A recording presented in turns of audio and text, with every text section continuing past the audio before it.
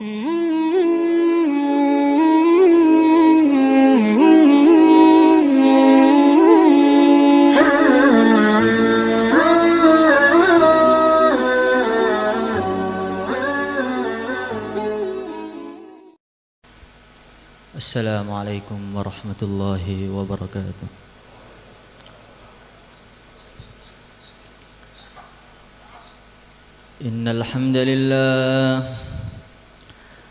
Innal hamdalillah nasta'inuhu wa nastaghfiruhu wa nu'minu bihi wa natawakkalu alayhi wa na'udzu bihi min shururi anfusina wa min sayyiati a'malina man yahdihillahu fala mudilla lahu wa man yudlilhu fala hadiya lahu. أشهد أن لا إله إلا الله وحده لا شريك له وأشهد أن سيدنا ومولانا وحبيبنا محمدا عبده ورسوله.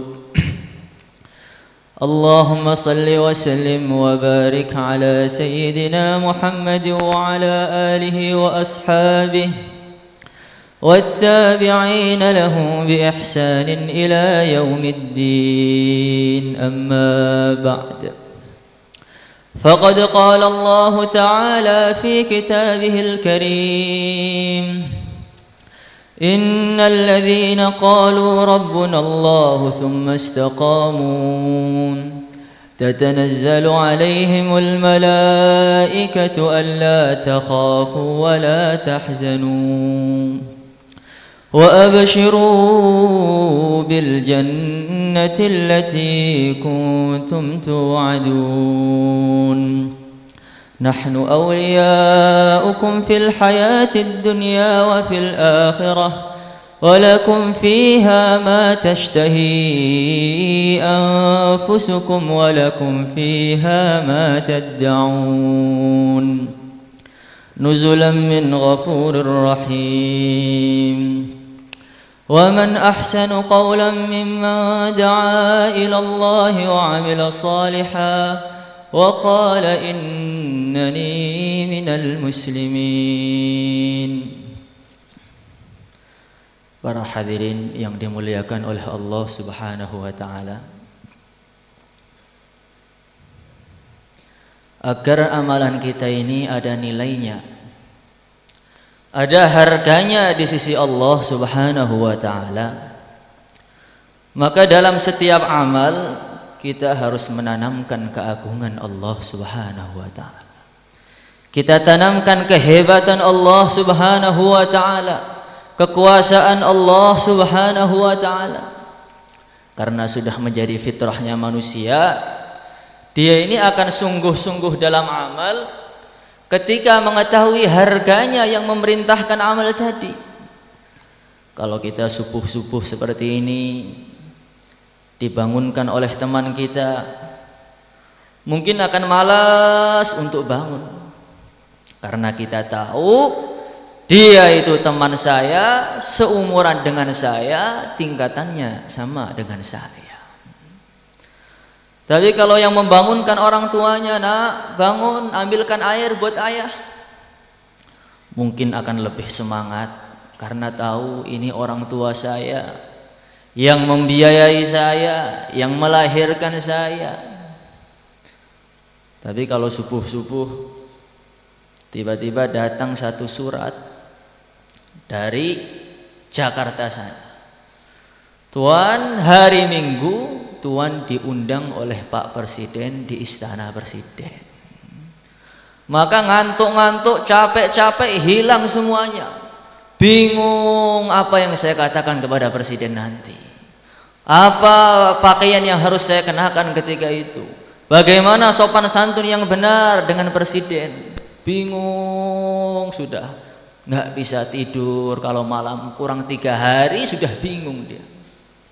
Karena dia tahu yang memanggil saya itu bukan orang biasa, yang memanggil saya itu pimpinan satu negara. Para hadirin yang dimuliakan oleh Allah Subhanahu wa taala, coba kita lihat bagaimana bumi ini. Begitu banyak makhluk-makhluk di bumi ini. Beraneka ragam hewan-hewan di atas muka bumi ini, yang di lautan, di daratan, di udara. Gunung-gunung, batu-batu, bermacam-macam makhluk ini. Ini semua bila dibandingkan dengan langit yang pertama, hanya seperti sebutir cincin yang berada di tengah padang pasir. Langit pertama bila dibandingkan dengan langit kedua, ketiga, keempat, kelima, keenam, ketujuh, begitu juga, begitu kecil sekali. 7 petala langit, 7 lapis bumi, bila dibandingkan dengan makhluk Allah yang namanya kursi, hanya seperti debu-debu yang berterbangan di udara. Wasi'a kursiyyuhu as-samawati wal ard wa la ya'uduhu hifdhuhuma wa huwal 'aliyyul 'azim. Betapa besarnya, betapa agungnya kursi Allah ini. Dan kursi yang begitu besar ini dengan seluruh bumi dan langit, bila dibandingkan dengan makhluk Allah yang namanya Arsy, maka kecil sekali, hanya seperti setetes air yang ada di tengah samudra. Dan Arsy yang begitu besar itu dipikul oleh malaikat. Betapa besarnya malaikat yang memikul Arsy tadi. Kemudian malaikat tadi berpijak di mana? Kalau kita bayangkan bagaimana keagungan Allah, kehebatan Allah, maka mendengar panggilan Allah, hayya 'alas shalah, ngantuk-ngantuk hilang semua. Saya dipanggil oleh penguasa dunia, penguasa akhirat, pencipta bumi, pencipta langit. Langsung berjalan ke masjid dengan penuh semangat. Alladzina idza dzukirallahu wajilat qulubuhum wa idza tuliyat 'alaihim ayatuhu zadatuhum imana. Orang-orang yang ketika mendengar nama Allah, hati mereka bergetar. Ini siapa ini? Siapa yang ketika mendengar nama Allah, hati mereka bergetar? Ini siapa? Orang-orang yang betul-betul mengenal dan keagungan Allah Subhanahu wa ta'ala, mengenal siapa sebenarnya Allah Subhanahu wa ta'ala, mengenal kehebatan Allah Subhanahu wa ta'ala. Kalau kadang-kadang kenapa kita ini kalau mendengar nama Allah, hati kita ini biasa-biasa saja. Bahkan mendengar nama Allah dalam keadaan ngantuk. Bahkan mendengar nama Allah pura-pura nggak dengar. Ini kenapa ini? Karena kehebatan makhluk, keagungan makhluk dalam hati kita lebih agung dibanding Allah Subhanahu wa ta'ala. Janji-janji makhluk jauh lebih menggiurkan dibanding janji Allah Subhanahu wa ta'ala. Ancaman-ancaman makhluk jauh lebih menakutkan dibanding ancaman Allah Subhanahu wa ta'ala. Para hadirin yang dimuliakan oleh Allah Subhanahu wa ta'ala, merenungi keagungan Allah menjadikan seseorang sungguh-sungguh dalam amal dan menghargai amal tadi. Merenungi keagungan Allah, merenungi alam semesta, menjadikan orang ingat dengan akhirat. Alladzina yadhkuruna Allah qiyaman wa qu'udan wa 'ala junubihim wa yatafakkaruna fi khalqis samawati wal ard. Rabbana ma khalaqta hadza batila subhanaka faqina 'adzaban nar. Orang-orang yang ketika mereka berdiri, ketika mereka duduk, ketika mereka berbaring, mereka selalu ingat kepada Allah. Kemudian mereka merenungi, sebenarnya untuk apa diciptakan langit dan bumi ini? Diciptakan matahari, bintang, bulan, bumi, gunung dan lain sebagainya, itu apa? Hebatnya alam semesta, begitu besarnya ini, diciptakan untuk apa? Wa yatafakkaruna fi khalqis samawati wal ard. Ini apa hikmahnya ini? Ketika orang melihat bumi, langit, direnungi, oh, Rabbana ma khalaqta hadza batila. Timbullah satu kesimpulan, Ya Allah Tuhan kami, nggak mungkin Engkau ciptakan alam semesta ini nggak ada tujuannya, nggak mungkin. Nggak mungkin Kau ciptakan matahari, bulan, bintang tanpa ada tujuannya, nggak mungkin. Ini pasti Engkau akan menguji saya. Kalau saya lulus Engkau masukkan surga, kalau saya gagal Engkau buang ke neraka. Rabbana faqina adzabannar. Ya Allah, kalau memang ini ujian ya Allah, selamatkan kami dari api neraka. Melihat langit bumi, merenungi keagungan Allah, menimbulkan orang ingat dengan akhirat. Ketika orang ini ingat dengan akhirat, maka dia tidak lagi menunda-nunda amal. Dalam satu riwayat diceritakan, ada satu orang suami istri, sepasang suami istri. Dia ini sholat, salam, sholat lagi, salam, sholat lagi. Nggak ada henti-hentinya tadi. Wajahnya sholat dengan gembira sekali, ceria sekali. Nggak ada henti-hentinya, nggak capek. Salam lagi, berdiri lagi, salam lagi, berdiri lagi.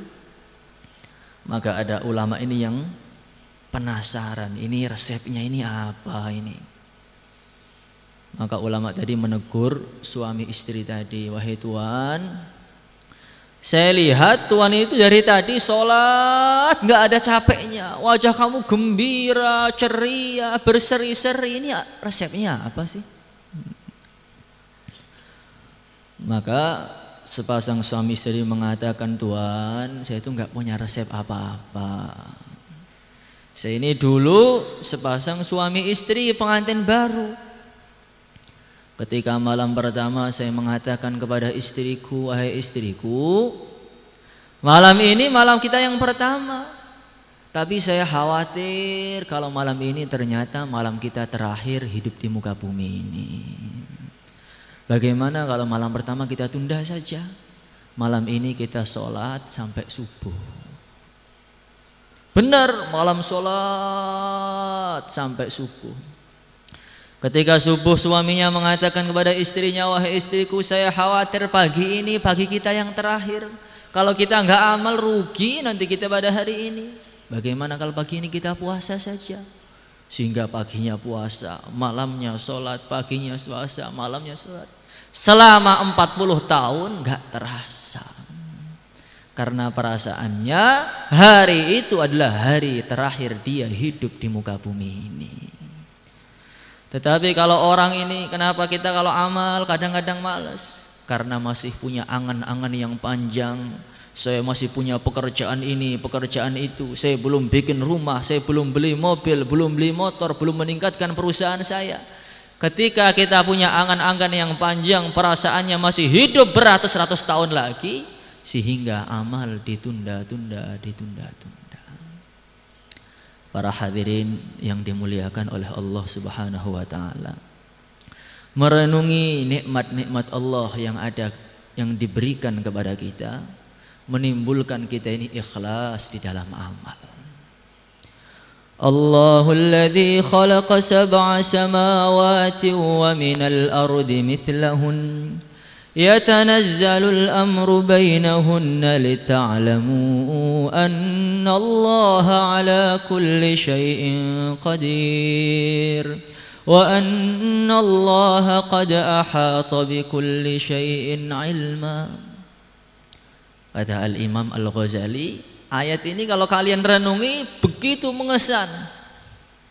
Seakan-akan Allah Subhanahu wa ta'ala berfirman kepada makhluk-makhluknya, wahai makhluk-makhlukku, saya ciptakan bumi, saya ciptakan langit beserta seluruh isinya. Saya ciptakan semuanya alam semesta ini. Saya turunkan wahyu dari langit menembus ke bumi. Saya ciptakan semua ini hanya dan hanya untuk kalian, supaya kalian melihatnya sehingga kalian mengenal saya. Tapi kenapa sekarang amal-amal kalian tidak kalian berikan hanya untuk saya? Kenapa amal kalian tidak gembira hanya dengan saya pandang? Kenapa amal kalian tidak gembira hanya dengan saya puji? Kalian lebih suka saya puji dan dipuji oleh makhluk-makhlukku. Saya lihat dan dilihat oleh makhluk-makhlukku. Bahkan kalian lebih gembira bila dipuji oleh makhluk-makhlukku daripada saya puji. Bila dilihat oleh makhluk-makhlukku daripada saya lihat. Alam semesta ini untuk kalian, kenapa ibadah kalian gak untuk saya? Sehingga ketika kita merenungi akan timbul namanya ikhlas dalam amal. Masya Allah, begitu banyak nikmat yang diberikan kepada saya.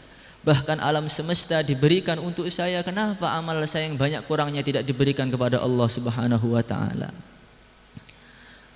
Maka sudah sepantasnya orang yang tidak ikhlas itu dapat hukuman yang begitu besar dari Allah Subhanahu wa ta'ala. Orang yang tidak ikhlas dalam amal, amalnya karena makhluk, dia nanti akan mendapatkan fadihatan, akan dipermalukan dua kali. Fadihatus sirri wa fadihatul alaniyah.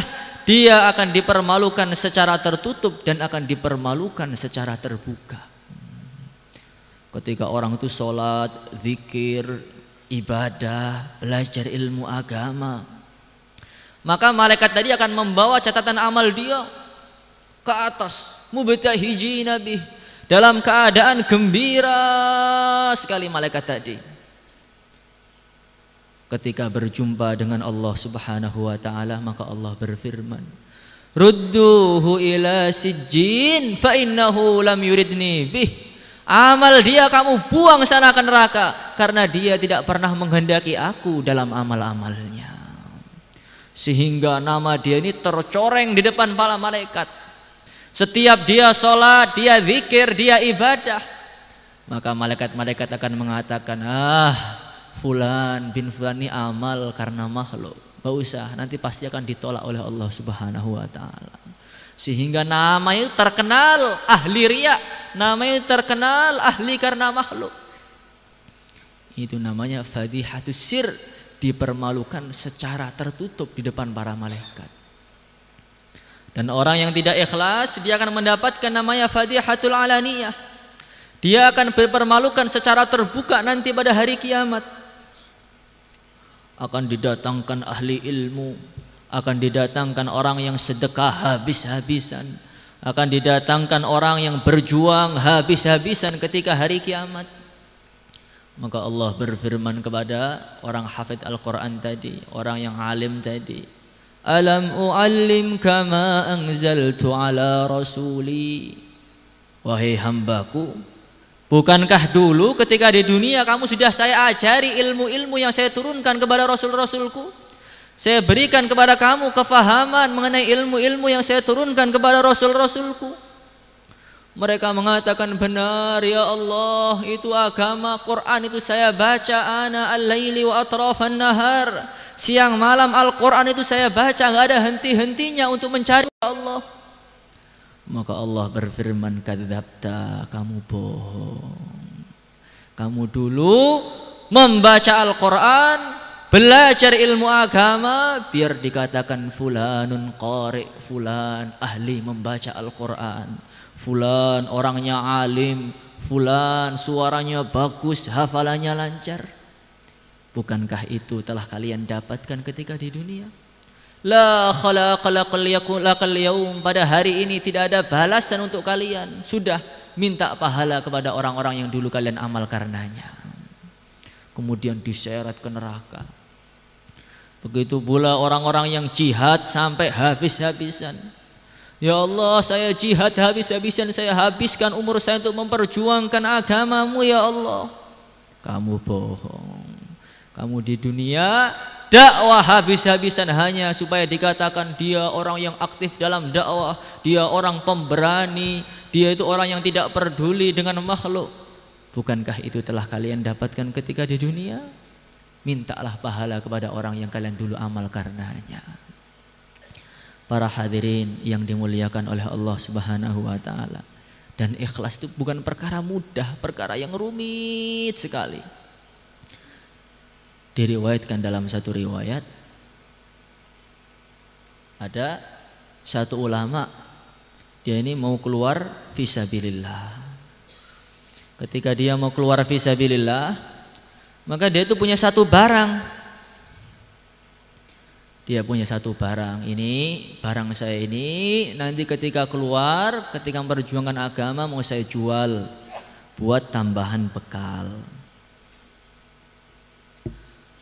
Maka sebelum keluar dia ini tidur. Ketika dia tidur, dia ini bermimpi berjumpa dengan malaikat. Malaikat ini sedang merekap, melaporkan bagaimana orang-orang yang sedang keluar. Maka malaikat tadi mengatakan, fulan bin fulan keluar fisabilillah, fulan bin fulan keluar fisabilillah. Orang-orang yang keluar itu disebut namanya satu persatu oleh malaikat. Lah, tapi nama ulama tadi gak disebut. Maka ulama tadi langsung berdiri, datangi malaikat tadi. Wahai malaikat, saya ini keluar fisabilillah, kenapa nama saya nggak disebut ini, kenapa? Malaikat tadi mengatakan, tidak, kamu tuh nggak keluar fisabilillah, kamu tuh keluar untuk menjual barang kamu. Maka ulama tadi nggak terima, nggak bisa, saya itu keluar fisabilillah, menjual barang tuh tambahan saja, nggak bisa. Selagi niat kamu nggak hanya karena Allah, akan saya laporkan kepada Allah, fulan bin fulan keluar untuk menjual barangnya. Para hadirin yang dimuliakan oleh Allah Subhanahu wa taala.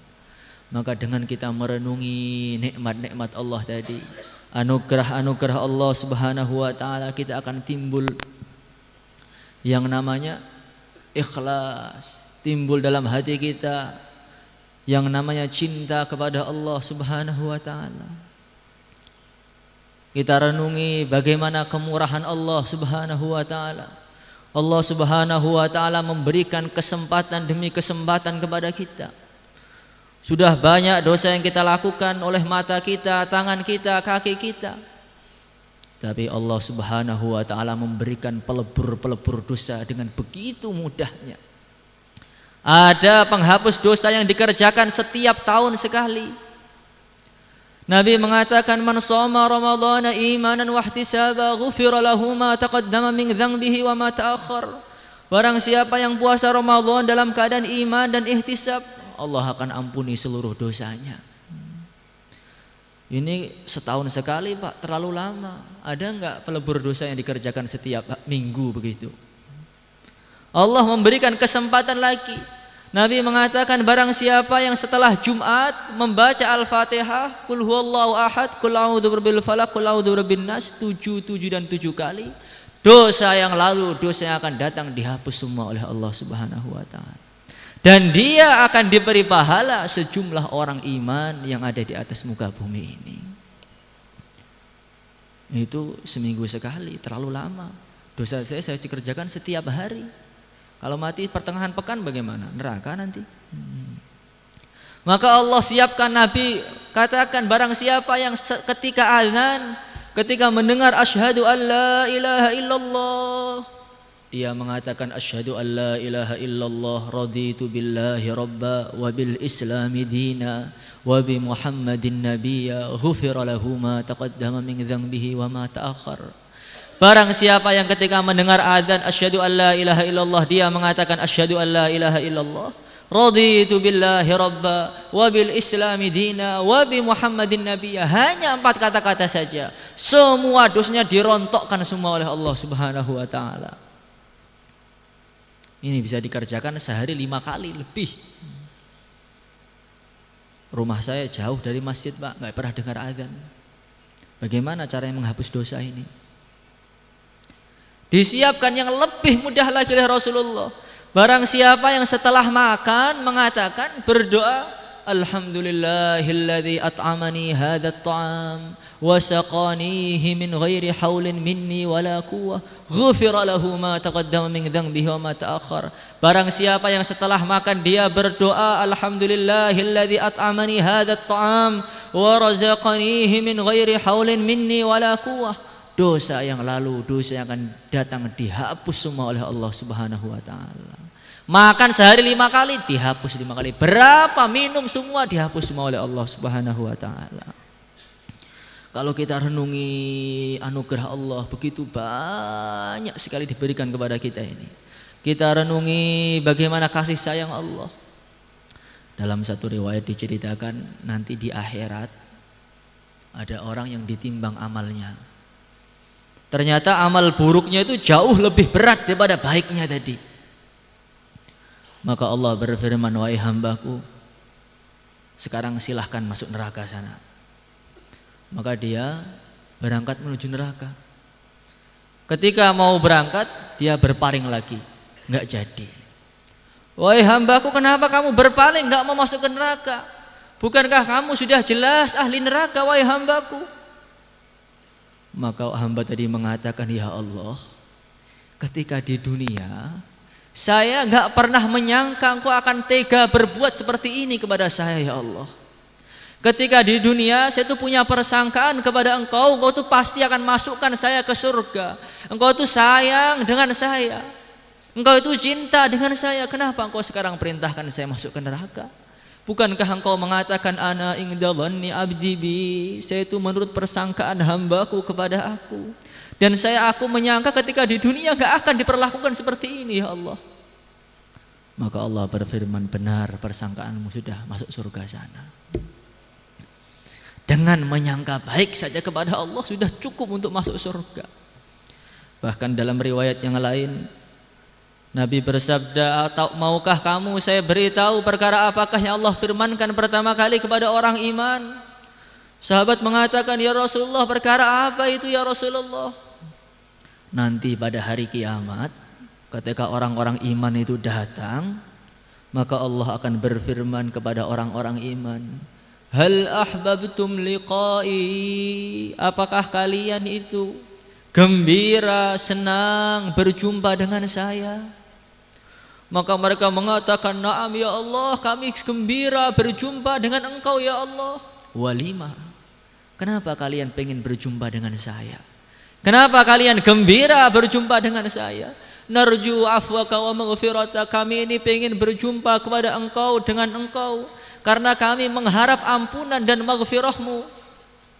Maka Allah berfirman, benar, sekarang seluruh kalian sudah saya ampuni dosa-dosanya semua. Para hadirin yang dimuliakan oleh Allah Subhanahu wa taala, ketika kita renungi bagaimana kemurahan Allah, bagaimana rahmatnya Allah Subhanahu wa taala, maka akan timbul dalam hati kita ini rasa cinta kepada Allah Subhanahu wa taala itu. Ketika timbul rasa cinta, akan timbul rasa rindu sekali kepada Allah Subhanahu wa taala. Ketika rindu, maka dalam benak dia, dalam pikiran dia, dalam hati dia yang terbayang cuma satu, bagaimana berjumpa dan berjumpa dengan Allah Subhanahu wa taala. Kalau orang sudah rindu kepada Allah, maka yang difikirkan cuma satu, bagaimana berjumpa dengan Allah sekali. Maka dulu ketika Nabi Ibrahim hendak dicabut nyawanya, Israel itu datang, wahai Ibrahim Khalilullah, ini saya diperintahkan untuk mencabut nyawa engkau, bagaimana? Maka Nabi Ibrahim mengatakan, wahai Israel, kamu sekarang sampaikan kepada Allah, Ibrahim, ya Allah, Ibrahim mengatakan, hal ra'aita khalilan yumitu khalilahu, apakah ada seorang kekasih yang tega mematikan kekasihnya? Apakah ada seorang kekasih yang tega menyakiti kekasihnya? Sampaikan kepada Allah, hal ra'aita khalilan yumitu khalilahu. Maka Israel tadi datang kepada Allah Subhanahu wa taala, ya Allah, kekasihmu Ibrahim dia mengatakan, ya Allah, hal ra'aita khalilan yumitu khalilahu, apakah ada seorang kekasih yang tega mematikan kekasihnya? Maka Allah berfirman, wahai Israel, katakan kepada Ibrahim, hal ra'aita khalilan yakrahu liqa'a habibihi, apakah ada seorang kekasih yang tidak suka berjumpa dengan kekasihnya? Apakah ada seorang kekasih yang tidak suka berjumpa dengan kekasihnya?